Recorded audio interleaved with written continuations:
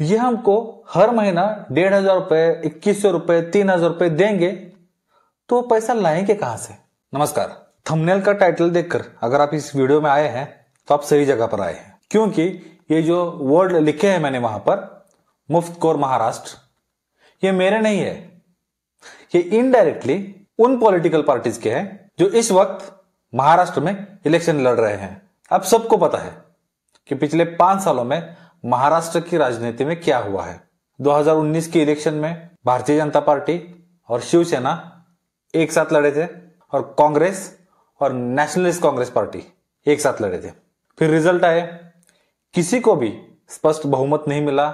हालांकि ये जो गठबंधन था बीजेपी और शिवसेना का, इनको बहुमत मिला था, लेकिन रिजल्ट के बाद सिनेरियो चेंज हो गया। ये जो गठबंधन था बीजेपी और शिवसेना का, वो टूट गया और शिवसेना जो है वो कांग्रेस और एनसीपी के साथ जाकर बैठ गई और सीएम बने उद्धव ठाकरे। इस बात से जाहिर है बीजेपी बहुत नाराज हो गई।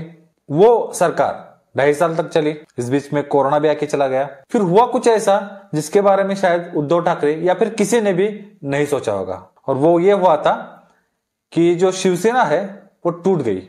उसमें से एकनाथ शिंदे के साथ 40 एमएलए जो है वो बीजेपी से जाके मिल गए। उन्होंने शिवसेना के ऊपर दावा भी किया। आज ऑफिशियल शिवसेना जो है वो एकनाथ शिंदे के पास है और वो सीएम बन गए। उसके बाद एनसीपी वो भी टूट गई। ये जो शरद पवार और अजित पवार के बीच में जो कॉन्फ्लिक्ट थे वो जाहिर हो गए। अजित पवार भी एनसीपी के एमएलए को लेकर बीजेपी के पास चले गए। वहां पर भी उन्होंने एनसीपी के ऊपर दावा ठोका। आज एनसीपी जो है वो अजित पवार के पास है और आज की तारीख में अजित पवार की एनसीपी, एकनाथ शिंदे की शिवसेना और भारतीय जनता पार्टी, इनका गठबंधन है जिसे वो महायुति कहते हैं। और दूसरी तरफ शरद पवार और उनका गुट, उद्धव ठाकरे उनका गुट और कांग्रेस, इनका गठबंधन है जिसको वो महाविकास आघाड़ी कहते हैं। अब देखते हैं कि इलेक्शन के बाद किसको कितनी सीटें मिलती है और किसकी सरकार आती है। मैंने ये वीडियो बनाया है, वो जो मैंने थंबनेल में वर्ड डाले हैं ना, मुफ्तखोर महाराष्ट्र, उसके लिए। अब ये क्या है मुफ्तखोर महाराष्ट्र? एक्चुअली ये जो फ्रीबीज है या फिर ये मुफ्तखोरी है या फिर इसे जो रेवड़ी कल्चर कहते हैं, उसकी शुरुआत हुई थी आज से 10 साल पहले, जब दिल्ली में आम आदमी पार्टी की सरकार आई थी। उन्होंने क्या किया, वहां पर हेल्थ केयर मुफ्त कर दिया, शिक्षण व्यवस्था मुफ्त कर दी, 200 यूनिट तक बिजली मुफ्त कर दी, महिलाओं के लिए जो ट्रांसपोर्ट है, बस ट्रांसपोर्ट, वो मुफ्त कर दिया। वो रिकॉर्ड मार्जिन से जीत के आए थे वहां पर। उसके बाद फिर इलेक्शन हुए, फिर आम आदमी पार्टी रिकॉर्ड मार्जिन के साथ जीत के आई। अब सारे पॉलिटिशियंस को पता चल गया ये जो फ्रीबीज है वो बहुत काम करता है, इसके ऊपर अगर हमने ध्यान दिया तो हम बहुत कुछ पा सकते हैं। फिर एमपी में लाडली बहन योजना चालू हो गई। कर्नाटक में महिलाओं के लिए ये जो बस जर्नी है वो फ्री कर दी। महाराष्ट्र में महिलाओं के लिए बस जर्नी 50% कर दी। 75 और उसके ऊपर के जो नागरिक है उनके लिए बस जर्नी फ्री कर दी। क्यों? ये फ्रीबीज क्यों बांटे जा रहे हैं? ताकि इलेक्शन में इसका फायदा हो सके, अपने फेवर में ये वोटर को लाना चाहते हैं। फिर इस साल, मतलब अब इलेक्शन होने वाला है, उससे 2-3 महीने पहले अभी जो ये महायुति की सरकार है, शिंदे, फडणवीस और अजित पवार की, उन्होंने क्या किया, लाडली बहन योजना लेकर आए, जिसमें क्या किया कि महिलाओं को 1500 रुपए दर माह देने की सुविधा चालू कर दी और दे भी दिए। अब तक इन्होंने एलिजिबल महिलाओं को 7,500 रुपए दिए हैं और ये जो एलिजिबल महिलाओं का आंकड़ा है वो लगभग 1.5 करोड़ के ऊपर है। तो सोचिए कि ये 1.5 करोड़ इंटू 7,500 कितना हुआ अमाउंट। इतना पैसा इन्होंने दे दिया ऐसे ही। और अब क्या कर रहे हैं, इसका वो प्रचार कर रहे हैं कि महिलाओं को हमने 1,500 रुपए दिए हैं, आगे भी देंगे, मतलब साल का 18,000। फिर उन्होंने अनाउंस किया कि अभी तो हम 1,500 दे रहे हैं, अगर हमारी सरकार आई तो हम महिलाओं को हर महीना 2,100 रुपए देंगे।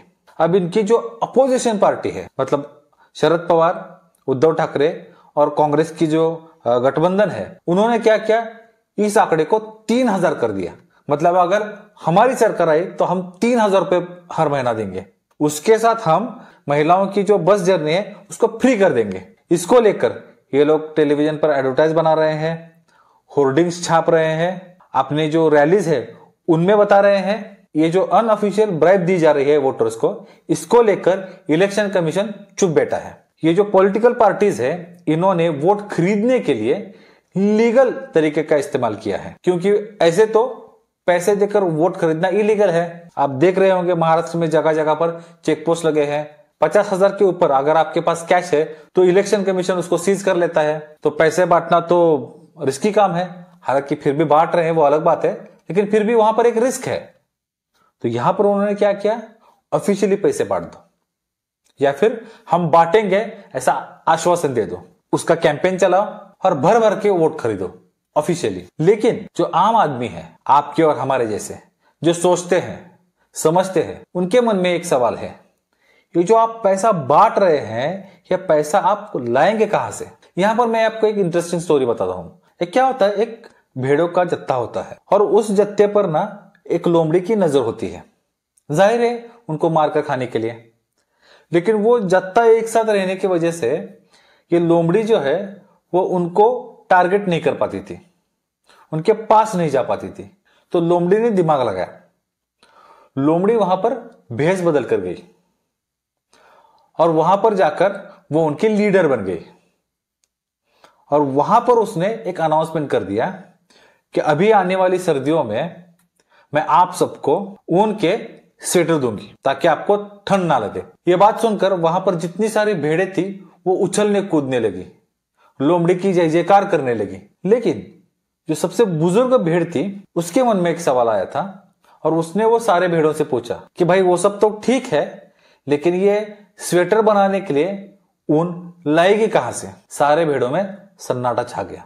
उसी तरह ये जो पॉलिटिशियंस है जो आपको बोल रहे हैं कि हम आपको इतना पैसा देंगे, बस जर्नी फ्री में देंगे और बहुत सारी सुविधाएं देंगे, ये पैसा लाएंगे कहां से? इस बारे में सोचिए। ये हमारा ही पैसा हमसे ही लेकर हमको ही वापस कर देंगे और हमको पता तक नहीं चलेगा। अभी देखिए, ये जो एडिबल ऑयल है, 2 महीने पहले जिसकी कीमत 100-110 रुपए थी, आज वो 140-150 रुपए हो गए। ये जो 30-40 रुपए बड़े हैं उसके ऊपर, वो पैसा किसका है और कहां जाएगा? और यही पैसे में से कुछ रकम ये हमको देंगे और कहेंगे देखिए हम आपका भला कर रहे हैं। इस बात से बचिए। कोई कैंडिडेट आपके पास अगर आता है और कहता है कि ये जो लाडली बहन योजना है इसके तहत आपको 2100 रुपए देंगे या 3000 रुपए देंगे, तो उनसे पूछिए कि हमको वो नहीं चाहिए, आप विकास का एजेंडा बताइए, इंफ्रास्ट्रक्चर के बारे में बताइए, हेल्थ केयर, एजुकेशन, इसके बारे में बोलिए। क्योंकि ये जो मुफ्तखोरी है ये एक दिन हम सबको ले डूबेगी। अगर आपको लगता है मैं जो बोल रहा हूं वो सही है तो इस वीडियो को लाइक कीजिएगा, ज्यादा से ज्यादा लोगों तक शेयर कीजिएगा और अगर इस चैनल पर नए हैं तो इस चैनल को सब्सक्राइब कीजिएगा। मिलते हैं अगले वीडियो में, तब तक के लिए धन्यवाद। जय हिंद।